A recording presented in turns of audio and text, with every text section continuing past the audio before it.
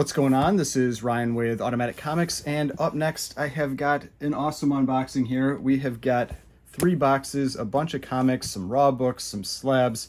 One of them is an upgrade to one of my keeper books, so I'm really excited about that one. So let's get into these boxes.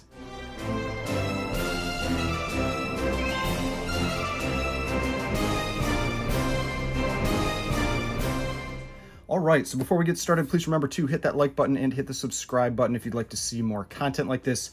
Now, before I get into these boxes, just want to put out there that I am going to be putting out dedicated content once a month on the Fanalytics YouTube channel. Fanalytics is one of the new sponsors to this channel. We're putting out some great content over there, so make sure you go and subscribe to their YouTube channel. And they're going to have other content from other creators as well. I'll put the link to their YouTube channel in the description of this video. All right, so let's get into this one first.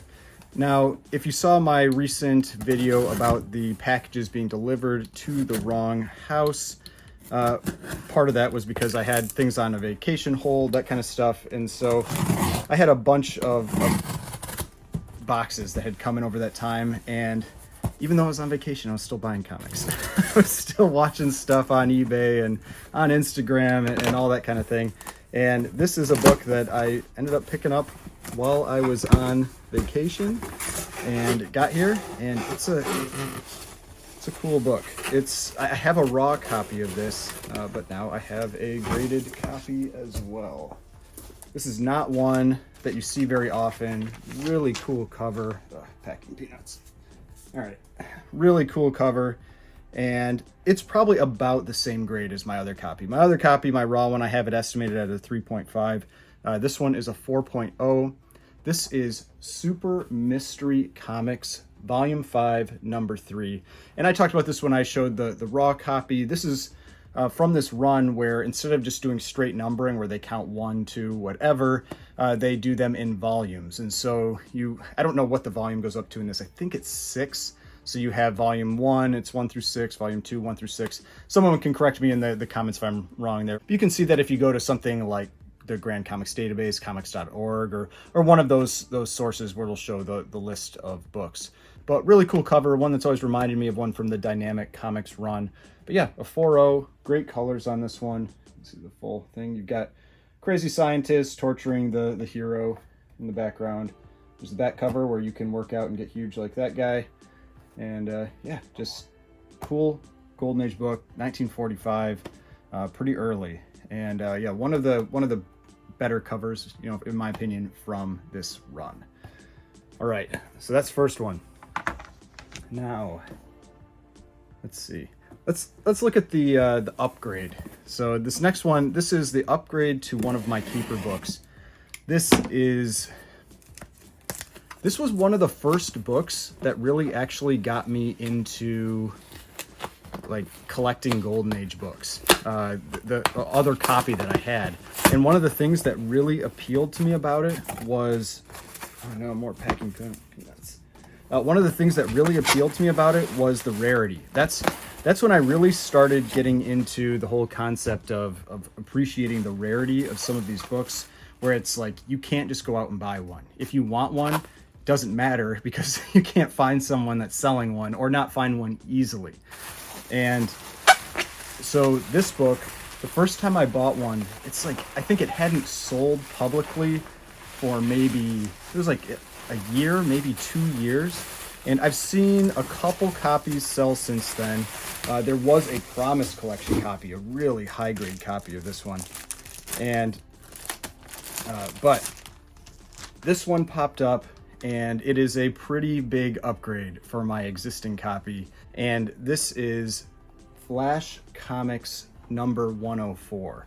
It's a 5.5, 1949, white pages copy. And I've said this before, like page quality isn't really all that important to me, but still it is cool to have Golden Age white page copy books. You don't come across them very often. It makes it even more rare because you got this book that's already extremely uncommon. It's the last issue of the Flash run. That's why the first issue of the Silver Age for the Flash run is issue 105. They just continue the numbering from this one. But awesome cover. I love this cover. It's got the red background with this, like this gold kind of like inlay with all these, you know, creatures and beings in the back. And then you've got Hawkman on the front with his giant mace, you know, that he's just going to start bashing people. Now, for me, for Golden Age Flash, I do not like the character design for the Golden Age Flash. I don't like his helmet and the little wings and things. It does not appeal to me. But I like the character design for the Golden Age Hawkman. I think Golden Age Hawkman is kind of like a badass. And so I really like this one because you don't have the Flash on the cover. The focal point is Hawkman, and you just have this really cool red and yellow cover. And again, a 5.5 white pages is just awesome. And then here's the back where you can see they're advertising BB guns because they are always selling BB guns. But I mean, you could tell like the colors on this thing, they're just incredible. I mean, this is a really, really incredible copy, and to have it in this nice of a grade is awesome. But my copy that I'm upgrading was this one, which is still a very nice presenting copy of this book. This is a 3.0, and yeah, I mean, its main flaw, I believe it has this like split kind of down on the bottom here, but also no real big pieces missing, anything like that. So I was very happy with this copy of this book. There's the back. But, you know, upgrading to a 5.5, let's see here. Upgrading to a 5.5 is a nice, you know, bonus for this one. But if you have been looking for a Flash 104, this one is actually for sale now. I have it up on eBay. If you are interested, reach out to me on Instagram because I can give a better price on it.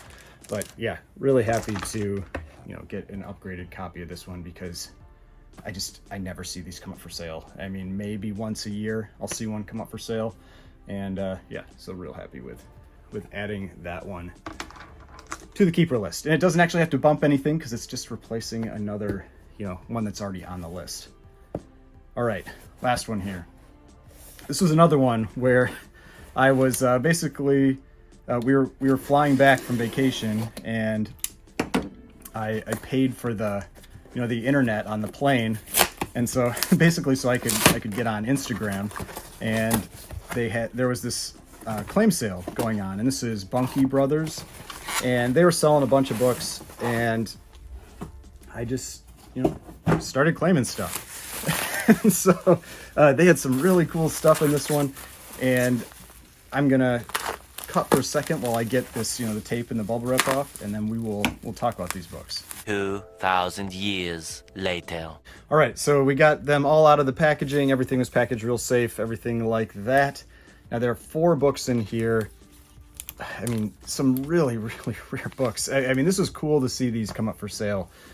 So, first one here. This is Funnies number 46. This is an extremely rare book, only 9 graded on the census. It has this feeling like some of these Lou Fine covers from that era, and it's right around the same time. I think this is, it's like 1940 or I think this is 1940, maybe 41. So very, very early Golden Age. Colors are amazing. I mean, it's a lower grade copy. They had it estimated as a 3.0, but still, colors are really amazing on this one. You know, it has that feeling like some of those Lou Fine books from that time period, and just felt like a cool book to pick up. It is the second appearance of this character, Phantasmo, who is the guy on the cover. His first appearance is 1 issue earlier. But yeah, cool book. Funnies number 46. Just one I feel like you won't see very often, you know, on any channel or anything like that. All right, now the next one, some pre-code horror. I always got to show some pre-code horror. This is Tomb of Terror number 4. Just a pretty gruesome cover. You know, you got whatever this, I mean, it's like, is that his knee? Yeah, it's like his knee showing through on his leg over here. I mean, so he seems like this guy is probably dead, like maybe zombie, something like that, some type of monster. You know, or he's called the Glacier Beast, I guess. But yeah, just Tomb of Terror number 4. Tomb of Terror has some really great covers in it. A lot of them by Lee Elias. I don't think he did this one, but I'm not certain. Usually he'll have his little like signature thing on it, but I don't know for sure if he did this one or not. But yeah, Tomb of Terror number 4. Got a cool little date stamp up there too, July 23rd. But yeah, that was the second one I picked up. All right, now the next one. This one is really rare as well. Not a book that you're going to see come up for sale very often. This is from MLJ, which is the same publisher that did Pep Comics, so like the Archie comics that I've shown recently, the early Archie appearances. So this is Top Notch number 7. So really early issue from this run. You've got It's in one of these clear backing boards, which is cool. You've got the Shield, you've got the Wizard. So some of these characters, the Shield is definitely one of the more popular characters from that time period. You often see him next to Archie on a lot of those covers. But yeah, just super early. This is 1940 is when this one came out. So a lot of these books from really, really early. So it was really cool to see these come up for sale. A lot of fun, getting an opportunity to pick some of these up. But actually, it's a low grade copy. It's a 1.0. There's like some tape repair and that kind of thing on the spine. Yeah, so I'm gonna show Top Notch number 7, and then show the opening splash page here. There's the opening splash page with the Wizard. But yeah, just some really cool stuff. This one is from 1940. Let's see, yeah, August 1940 for this one, for Top Notch number 7. So some really early books. It was just interesting to see these come up for sale, just because a lot of stuff you don't have an opportunity to buy very often, and so it was fun to watch that that sale, because they had a lot of really cool books that they were selling during that. They had a fun format that they were doing with this one. Basically, they had their list price, and then what they did is they basically like cut it in half and then started it as an auction and just had a timer.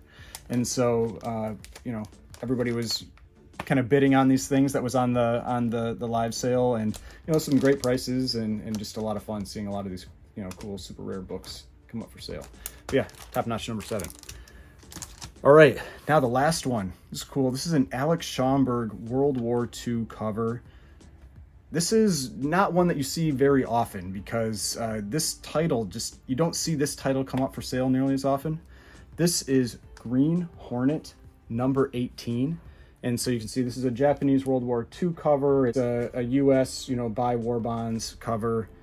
You've got the, buy war bond stuff, the American flag, that kind of thing. And they are, the Japanese are attempting to bomb this, and then, Green Hornet is trying to stop them. So yeah, Green Hornet number 18, Alex Schomburg, World War II cover. And this is another rare one, only 15 graded copies on the census. So again, just one that you don't see pop up for sale very often. When I saw this, I did recognize this one. I mean, it's one that I've only seen come up for sale a couple times, but this one jumped out real quick because it had that the Good Girl Art Bondage type cover, and so that was the thing that I remembered this cover for. And because it's one of those things where it's like I'm often not always going to remember the specific issue number. Sometimes I remember the issue number. Sometimes it's the cover art that triggers my memory, because there's so many books out there, especially from the Golden Age. But yeah, these World War II ones are always something that are in demand and something that I'm always looking for. So yeah, cool one to pick up. Green Hornet number 18. It is a lower grade copy. Again, it's a detached cover, and I think 2 interior wraps are detached as well. But the overall cover art is pretty good. It's pretty clean, and so yeah, very happy with picking this one up. Green Hornet number 18. So overall, bunch of really cool books. I mean, some super rare stuff, especially from that Bunky Brothers sale. I mean, yeah, like Top Notch number 7, the Pre-Code Horror, Tomb of Terror number 4, and then Funnies number 46. This one's super rare. But probably the book that I'm most excited about, obviously, is the Keeper book that I've got, because I don't get the Keeper books too often, and getting a big upgrade, a 5.5 white pages is pretty cool. So really happy with picking this one up, Flash number 104. So hope you enjoyed this video. Remember, make sure to go over and subscribe to the Fanalytics YouTube channel, because I will be putting out content over there as well. If you enjoyed this video, hit that like button, hit the subscribe button. I've got more videos over here. If you'd like to watch some of my other videos, subscription button right around here, and I will see you in the next video.